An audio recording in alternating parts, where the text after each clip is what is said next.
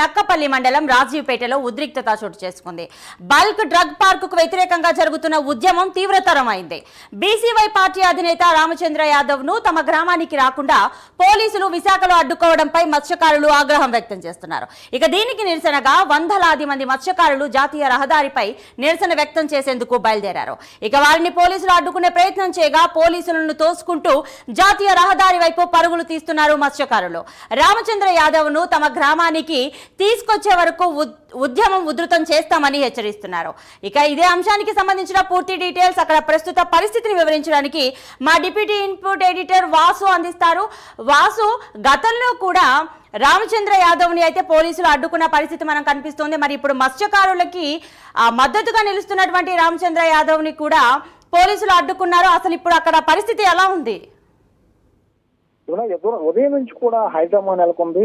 రామచంద్ర యాదవ్ విశాఖలో మొత్తం ఉదయం నుంచి కూడా హోటల్లో నిర్బంధించడం జరిగింది. ఆయన బయట రాకుండా చేయడం జరిగింది. కాసేపటి క్రితమే ఆయన్ని తిరిగి రాజమండ్రి తరలించేందుకు అంటే రాజీపేట హైవే మీద కాకుండా వేరే మార్గం ద్వారా ఆయన్ని వివిధ ప్రాంతాల్లో తీసుకెళ్తున్నారు. ఇది తెలిసినటువంటి నక్కబెల్లి హైవే వద్ద ఉన్నటువంటి మొత్తం కూడా మత్స్యకారులందరూ కూడా భారీగా హైవే వద్ద చేరుకుని మొత్తం కూడా నిర్బంధం చేయడం జరిగింది. రాజీపేటలో దాదాపు 29 రోజుల నుంచి కూడా వీళ్ళు నిరసన వ్యక్తం చేస్తారు. వాస్తవానికి ఇవాళ రామచంద్ర యాదవ్ అక్కడికి వెళ్లి మీటింగ్ పాల్గొని వాళ్ళకి మద్దతు ప్రకటించాలి. గతంలో కూడా రాజమండ్రిలో కూడా అదే విధంగా నిర్బంధించి ఆయన నిలకడ చేయడం జరిగింది. ఆయన కోర్టు ఆదేశాల మేరకు కోర్టు నిర్ణయం తీసుకోమని చెప్పింది పోలీసులు 10వ తారీఖు లోపు నిర్ణయం తీసుకోమంటే 11వ తేదీన మీరు వెళ్ళటానికి వీలు లేదని నోటీసు ఇవ్వడం పట్ల ఆయన అభ్యంతరం కూడా వ్యక్తం చేశారు. కావాలని మత్స్యకారులు మద్దతు ఇవ్వకుండా వీళ్ళందరూ కూడా అడ్డుకున్నారని మత్స్యకారులు భావించి ఇప్పటివరకు కూడా గ్రామంలో నిరసన చేస్తున్నటువంటి వేలాది మంది పిల్ల జిల్లా మొత్తం వృద్ధులు అందరూ కూడా భారీ ఎత్తున నక్కపల్లి హైవే మీదకి పరుగులు వచ్చి మొత్తం కూడా దిగ్బంధం చేయడం జరిగింది. పోలీసులు మనం చూడవచ్చు, రిజల్ట్స్ లో కూడా భారీ ఎత్తున బారికేట్లు పెట్టి కాళ్ళు కట్టి అడ్డుకున్నప్పుడు కూడా అన్ని తోసుకుని వాళ్ళందరూ కూడా భారీగా హైవే మీదకి తరలి రావడం జరిగింది. ప్రస్తుతానికైతే అక్కడ ఉద్రిక్త పరిస్థితి నెలకొంది. హైవే మీద మొత్తం కూడా ఇరువైపు ఇటు విశాఖ రాజమండ్రి హైవే మొత్తం కూడా దిగ్బంధం అయిపోయింది. ఆ వాహనాలు కూడా ఇటు కదలని పరిస్థితి ఏర్పడింది. అమిత హోమ్ మినిస్టర్ అంత నియోజకవర్గం కావడంతో పోలీసులు ఓవర్ యాక్షన్ చేస్తున్నారని వీళ్ళందరూ కూడా విమర్శించే పరిస్థితి కనిపిస్తుంది.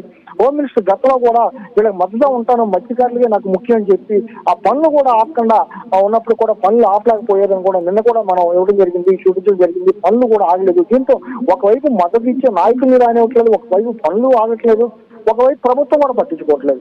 అప్పుడు ఏం చేయాలి అని తీవ్ర స్థాయిలో మత్స్యకారులు అయితే విచ్చుకుపడే పరిస్థితి కనిపిస్తుంది. భారీ ఎత్తున వారందరూ కూడా హైవే మీద చేరుకున్నారు. హైవే వద్ద అయితే భారీగా నిరసన వ్యక్తం చేస్తున్నారు.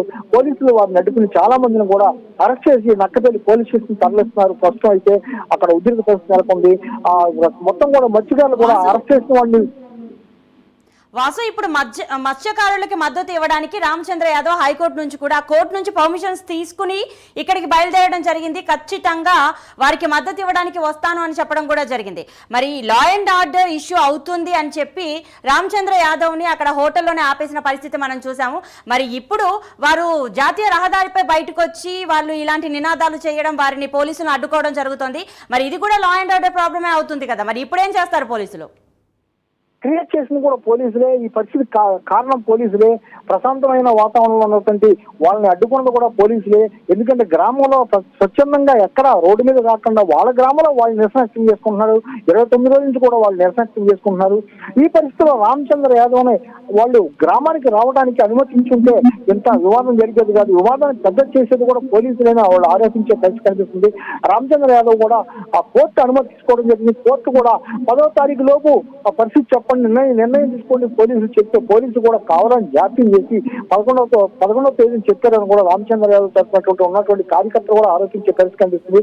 ఉదయం నుంచి కూడా ఇంత హైడ్రామా కానీ ఇంత ఉద్రిక్త పరిస్థితి పోలీసుల వైఖరే కారణమని ఇరు వర్గాలు కూడా ఆరోపించే పరిస్థితి కనిపిస్తుంది. ప్రస్తుతం రామచంద్ర యాదవ్ నర్సీపట్నం మీదుగా రాజమండ్రి తరలిస్తున్నారు ఒకవైపు. ఒకవైపు వీళ్ళంతా కూడా హైవే చేరుకుని హైవే మీద దిగ్బంధం చేసి నిరసన వ్యక్తం చేస్తున్నారు. తీవ్ర ఉద్రిక్త పరిస్థితి నెలకొంది.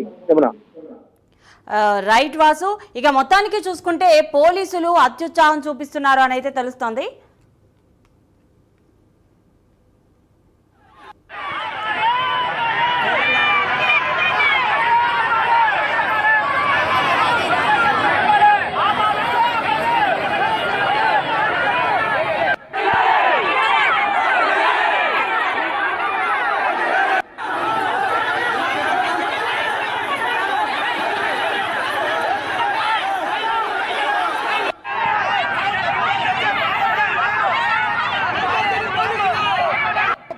నక్కపల్లి మండలం రాజీపేట గ్రామంలో మత్స్యకారులు బల్క్ డ్రగ్స్ పార్క్ రద్దు చేయాలని చెప్పి శాంతియుతంగా రిలే నిరాహార దీక్షలు చేస్తా ఉన్నారు. అయినప్పటికీ కూడా ప్రభుత్వం స్పందించలేదు.